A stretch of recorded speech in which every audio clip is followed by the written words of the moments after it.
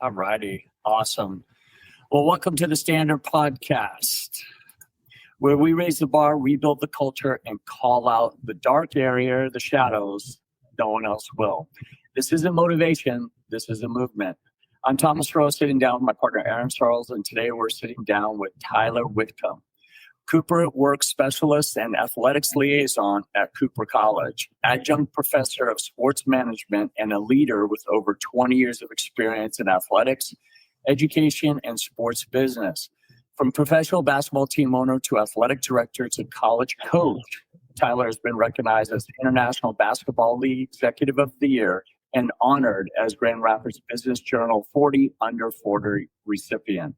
Known for his expertise in recruiting, program building, and creative sports marketing, Tyler continues to mentor the next generation of coaches and leaders in sports. Tyler, did I leave anything else out? It's an impressive resume. Thank you. Nope, you left nothing out. I mean, you heard the 40 under 40. I wish I was still under 40. Great. I think we all do. We're diving into the truth behind what really takes to build an identity, discipline, and legacy in sports and in life. Let's get into it. Aaron, take them away on segment number 1. Okay. So, Tyler, I would love for you to share with us, over your 20 years of experience in athletics, education, and the sport business, what does raising the standard mean to you? I think it means committing to excellence when no one's watching. I think that's probably the biggest thing. Is I listened to this old podcast with Kobe Bryant a long time ago, and he said his one advice for, again, young athletes or anyone in the workspace as well, if you want to be good at something, fall in love with doing the things that are boring or things that don't always entertain you. And it always kind of stuck with me because it's the athletes and it's the people that really want to separate themselves from everyone else in their workspace and do good and serve others. I mean, they've got to show up every day with, just that mindset of, I've got to do the little things that will make, the company grow, our athletic program grow, make myself grow, and just kind of keep that in mind of just doing the best you can of again, falling in love with doing the things that kind of bore you. Kobe Bryant, again, I'm using another basketball analogy, but Kobe Bryant would sit and when he was working out with his trainer for 8 hours and do the same move just because he knew that would prepare him for his next game or his next season. And I think we can do that as roles in jobs. Like, it doesn't have to be just athletics, but what's the little things that you can do that help your company grow, help you grow, help the people that you mentor grow, and help, just be able to shape the person you are and the team that you represent just by doing the things that is expected and going above and beyond, but then holding yourself accountable to a higher purpose, not just for the scoreboard or for your job title. Right on. I love that.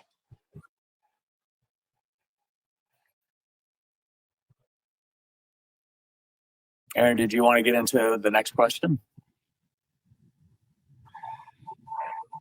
Tyler, what's the biggest lie you feel culture or the sports industry has sold coaches, athletes, and athletic leaders? I think the biggest lie is that your value is tied to performance. I think that who you are depends on what you produce. I've heard that so much, and it's not the case at all. It's you want to build culture that rewards stats, trophies, and social media highlights. And that's just such a lie. That's what you hear. I mean, for when I was a young adult, that's all I thought about was, what can I do to produce results? How can my team produce results? And the truth is, it rarely doesn't really matter. It's all about your character, humility, perseverance. It's all those little things that build who you are and build your identity. And that stuff means a lot more than just, what your team's doing or what you're doing at that time. When I was a young coach, everything I did was based around results. I was a results-driven coach. I wanted to win the conference title. I wanted to win the state title. I was holding kids very accountable, probably over accountable on making sure they were taking care of business so we can perform. But it was only the performance on the playing field, or actually in basketball on the court. And the truth is I should have been mentoring them to be the best versions of themselves. So, and again, teaching them character. And something that really was very beneficial to me later in my career is I was at this West Michigan Aviation Academy, and we had one of our engineer teachers. It's a very unique high school, but they had engineering, they had aviation, very unique high school. But there is a guy that used to coach high school hockey, and he won 7 state titles, and he just was amazing. He would always sit down and talk. He said, I've coached NHL players, and it really doesn't matter at the end of the day. And he goes, it took me years later to realize that no one will even realize what your team did 3 years ago. Very, very unlikely, unless if you win a big national championship in Division I or, something that, the media highlights. But for the most part, no one even remembers that you won a title. No one ever remembers any of the, especially 20 years down the road.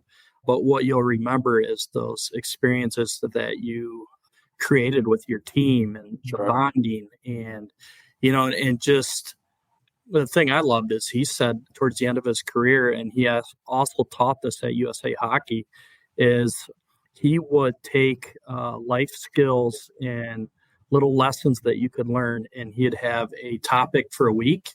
And before every practice, they'd sit and talk about that topic for 5 minutes. It could be perseverance, it could be character, humility, whatever it is. And they'd spend time on learning that. And he said his message used to be to parents of his players is, basically stats focus, like what the team did. And he said towards the end, after every game, he would just write what they learned that week and how they're going to be able to take those life skills that they learn and be able to use them, especially when their playing days are over. No question. I mean, we've talked about it before that sports are a great platform to launch you into the professional career, isn't it? Yeah, it is. It is. I mean, you learn so much as an athlete. There's a guy in our area that started a business where he works with student athletes that are seniors in college and starts getting them ready and prepares. But basically, he said his advantage, and he's like a job hunter, in some capacity. I mean, he's a job hunter, but he just says, student athletes they go through so much. There's so much that they have to juggle while they're students. It's going to class, going to practice, going to games, being able to work if you have to work if you're not at a big college. And he goes, it's just so much to juggle. Then also you're teaching how to be coachable. You're learning how to be a teammate, a good teammate, serve different roles. And he just said there's so much that stands out, as a student athlete. And he really focused on that and helps them learn that those are strengths and how to position themselves when they're out in the job force. Yeah. One of the things that I was when I was interviewing post-college, they never asked me about, I'm a business major, they never asked me about my business classes or what did you learn in accounting or how is macroeconomics different than micro. They really wanted to know, like, how were you coachable? How does football or how does track translate to the workforce for you? And I always thought that was interesting. And they always wanted to ask, who did you play against? Who was the, formidable team? Everything always revolved around sports for me, which kind of leads me to the next question for you. And you kind of touched on it. How did the lie, if you could stay alive, how did the lie show up in your own journey from coaching to owning a pro team to leading at the college level? And what truth do you believe needs to be replaced?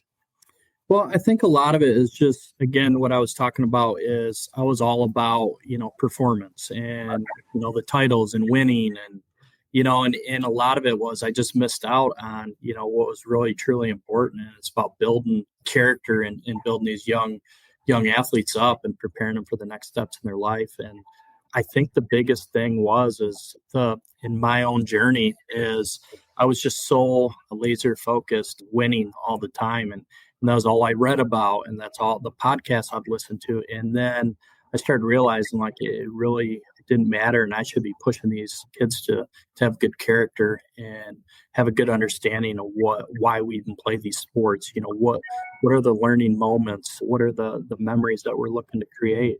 And I think by being able to shift and pivot from winning is everything. And I used to even say winning cures everything, and that's not true at all. And it's about taking care of the people that you're leading, that you're blessed to lead. So.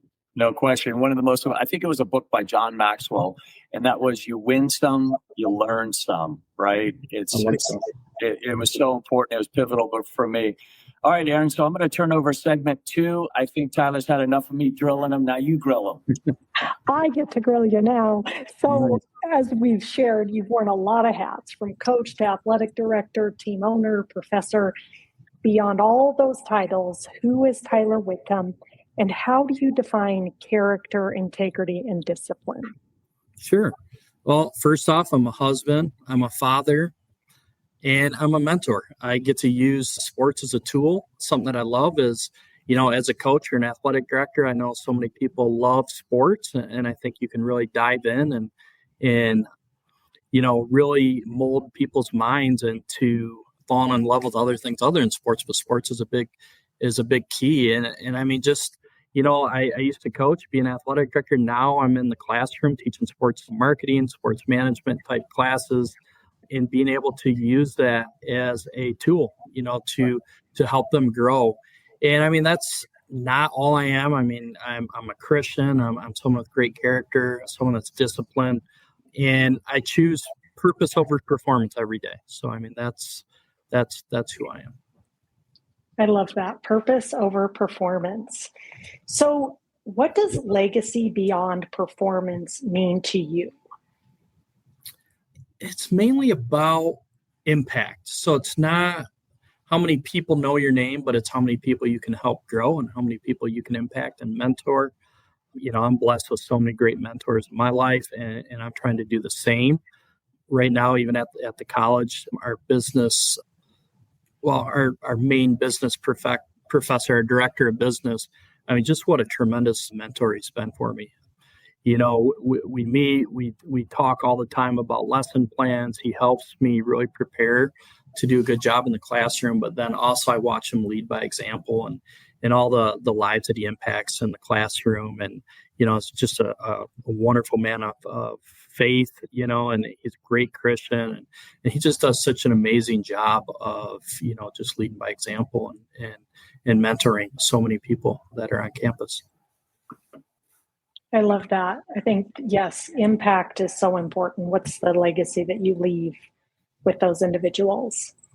So before I turn it back over to Thomas, what's one thing, since you're a teacher and mentor for the next generation, what's one thing you're trying to make sure they understand before they step into the next phase of their life or into leadership?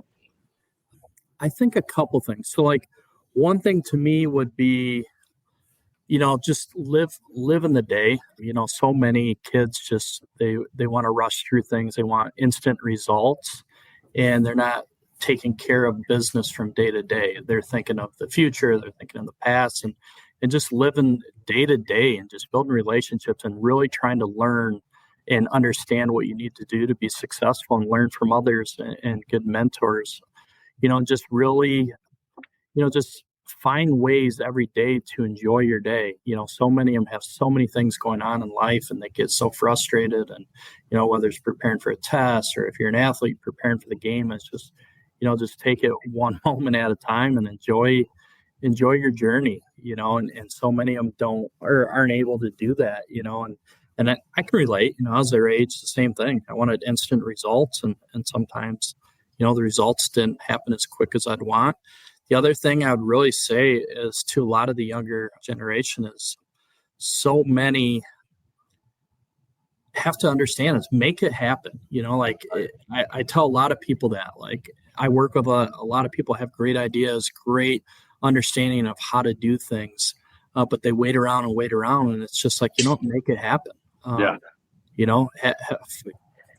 put goals down on paper, understand your goals, how to get there, and then go out and do those things. And a lot of times when I'm advising students as well, I tell them those same things as, really find a game plan, and execute your game plan. If you do those things and take care of business, make it happen, good things will happen to you.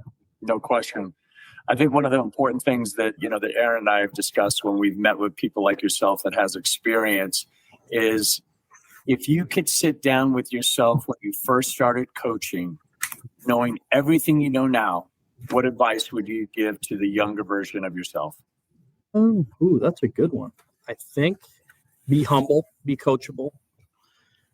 Again, live in the moment. If I was coaching myself, I would tell myself not to be such a hothead. I was one of those that get upset with my team, get upset with the officials, and I was just a little intense. And I would just tell myself to calm down and represent the team the right way, represent your parents, represent your church, represent your school. Do all the things that you're supposed to do. And again, just take care of business. No question. One of the things I share a lot about when it comes to that question, you touched on it earlier, and I'm proud of you as walk with Christ, because I too am a Christian. And I used to think about when I was playing, I used to say, God damn it, why are you doing this to me? Now when I'm faced with adversity, I say, okay, God, what's the lesson here? Why are you doing this to me? It's all about perspective, isn't it? How you could just change things. Absolutely. You said that perfectly. Yeah, absolutely. What about when you stepped into ownership of a professional basketball team? That's a huge endeavor, I think, that a lot of young kids, not only do they think about playing, but they want to own a team or coach a team. What would you tell yourself then as far as going into ownership? The funny thing is at the time I was the youngest professional sports owner in the United States. I was only 26. So at that time, there was a lot that I had to learn. But what I would have told myself is just being, at that time, probably just being confident, and just really trying to understand and work with people. Again, I was probably at that age, I was still results driven. I was really trying to win a championship. We had a lot of success and that was great. But the funny thing is I'm running into all these people that were connected, all the stakeholders that were involved of that team during that time. And it's so funny because it's 20 years later and we're just talking about all the good times. And honestly, not one time has it ever come up if we won, lost, right? Anything. All it is about the great memories that we shared together and what someone's doing now and how we can help them. And it's just such a different mind shift of, when you're a little bit younger to where you are now, and I think that's with a lot of people. It's just funny moments. We had a moment actually in my third year of owning the team where we signed the tallest player to ever play. He's actually 7'9". His name's Sun Ming. He was in the movie Rush Hour 2. And we often just talk about the first time we picked him up, and he was in the third row of this vehicle and he could turn the channel without even stretching. So it was absolutely amazing. And we laugh about it all the time. That's awesome, because you pretty much answered this next question. And now as someone who's teaching and mentoring the next generation, what's the one thing you're trying to make sure they understand before they step into leadership? Just being dependable and accountable. Right now, my position here at Kuyper College is being the KuyperWorks specialist. And what I'm doing is I'm trying to create external positions. So again, being a works college, it's a little bit different to where when you're on campus, we find a position for you, we mentor you and help you understand how to hold a job, how to be accountable, how to excel in the job or in the workforce. And then by the time you're a junior, we try to find you an external position. And that money that you get paid goes towards your tuition, so you can leave with a very minimal debt. And, just during that time when we're mentoring is really just focus just on being dependable, showing up, doing the things that you're supposed to do, really learn, make sure you're prepared. Sure. Just the little things and just being very, again, some of the things you can learn on the court or on any playing field is just being coachable and being a good teammate. I think that's huge. Right now, here at the school, I work with the supervisors of supervising these student staff, and And our biggest thing that we're working on right now is being a good teammate. We even have a couple books that we're doing book study, and we've had some good guest speakers come on and talk about, be a good teammate, support your team, and again, just make sure that you're holding yourself accountable. Something that I learned a while back, and I love this. I stole this from one of my old coaches, and I use this all the time, even to start off the school year when I'm talking to my class, is just be 15 minutes early to everything that you commit yourself to. And I know it's hard to do, but if you can do that, just showing up 15 minutes early for everything you commit yourself to, you're going to be successful. 100%. 100%. All right, I'm going to turn it back over to Aaron. Tyler, if you don't have your seatbelt on, get your seatbelt on, because now you've got rapid fire coming. One word answers. Aaron, get it. Give it to him. Okay, Tyler. Okay. So discipline equals. Okay. Doing what's right even when it's inconvenient. That was more than one word. Sorry. That's okay. But it's quick responses. Leadership equals. Service. Faith equals. Foundation. Legacy equals. Impact. What's one thing you never compromise on? Integrity. And what's one message, if you could put it up on a billboard for the next generation of coaches and leaders, what would your billboard message be? Ooh, that's a good one. Probably your purpose is greater than your platform, something like that. Is that? I love it. Yeah. Your purpose is greater than your platform. Perfect.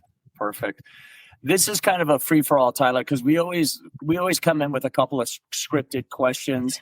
But somebody with your experience, somebody with your experience in coaching and in leadership, before we wrap up, is there something we didn't touch on today that you feel coaches, athletic leaders, and athletes need to hear or know? Not necessarily. I think what athletes need to know is, and again, I'm probably going to tailor this message around younger athletes, but just holding yourself accountable, doing the little things, preparing yourself, having a game plan, but being mature enough to do the things you're supposed to do. You get so many young student athletes that mature later on, and it's just some of the things I wish I could tell them is just take a moment, take a deep breath, really try to find a way to be mature to do the things you want to do. I know it's easier said than done. I was their age, but some of them will, we have athletes here that'll play video games till 3 a.m, whether it's Call of Duty or NBA 2K.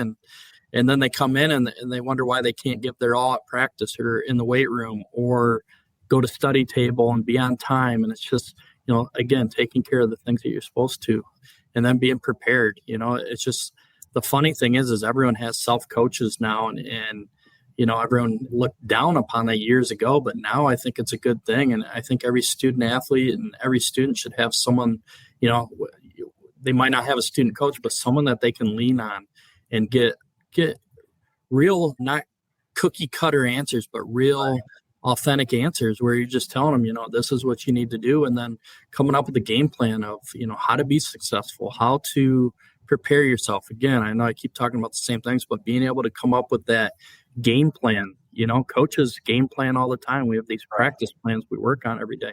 Players should do the same thing. Student athletes have so many things that they have to juggle, and therefore that's why a lot of them are very successful when their playing days are done. But being able to have a game plan and set yourself up for success is something that's huge. No question. You kept referring to Kobe Bryant earlier, and anybody who's a sports fan is a Kobe Bryant fan, as well as Michael Jordan.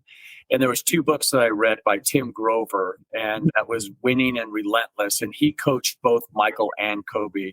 And I think that that's really important as you think about both of these guys had their performance coaches, right? But they didn't have their character and personal coaches. And that's what they got in Tim Grover. And that's exactly what you just brought up, where I think a lot of athletes need to understand it's just not your coach that for your position or for your team. It's also about your life coach, right? And your character coach.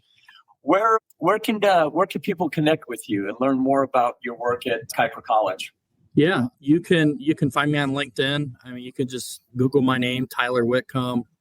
You can find me. I'm on X. I'm on Instagram. I'm kind of all over because my last position as assistant basketball coach and recruiter, I was all over recruiting. So you can find me on almost any social media channel, or you can also go to Kuyper College and find me on there, and it has all my information, my phone number, my email, if you need to get a hold of me.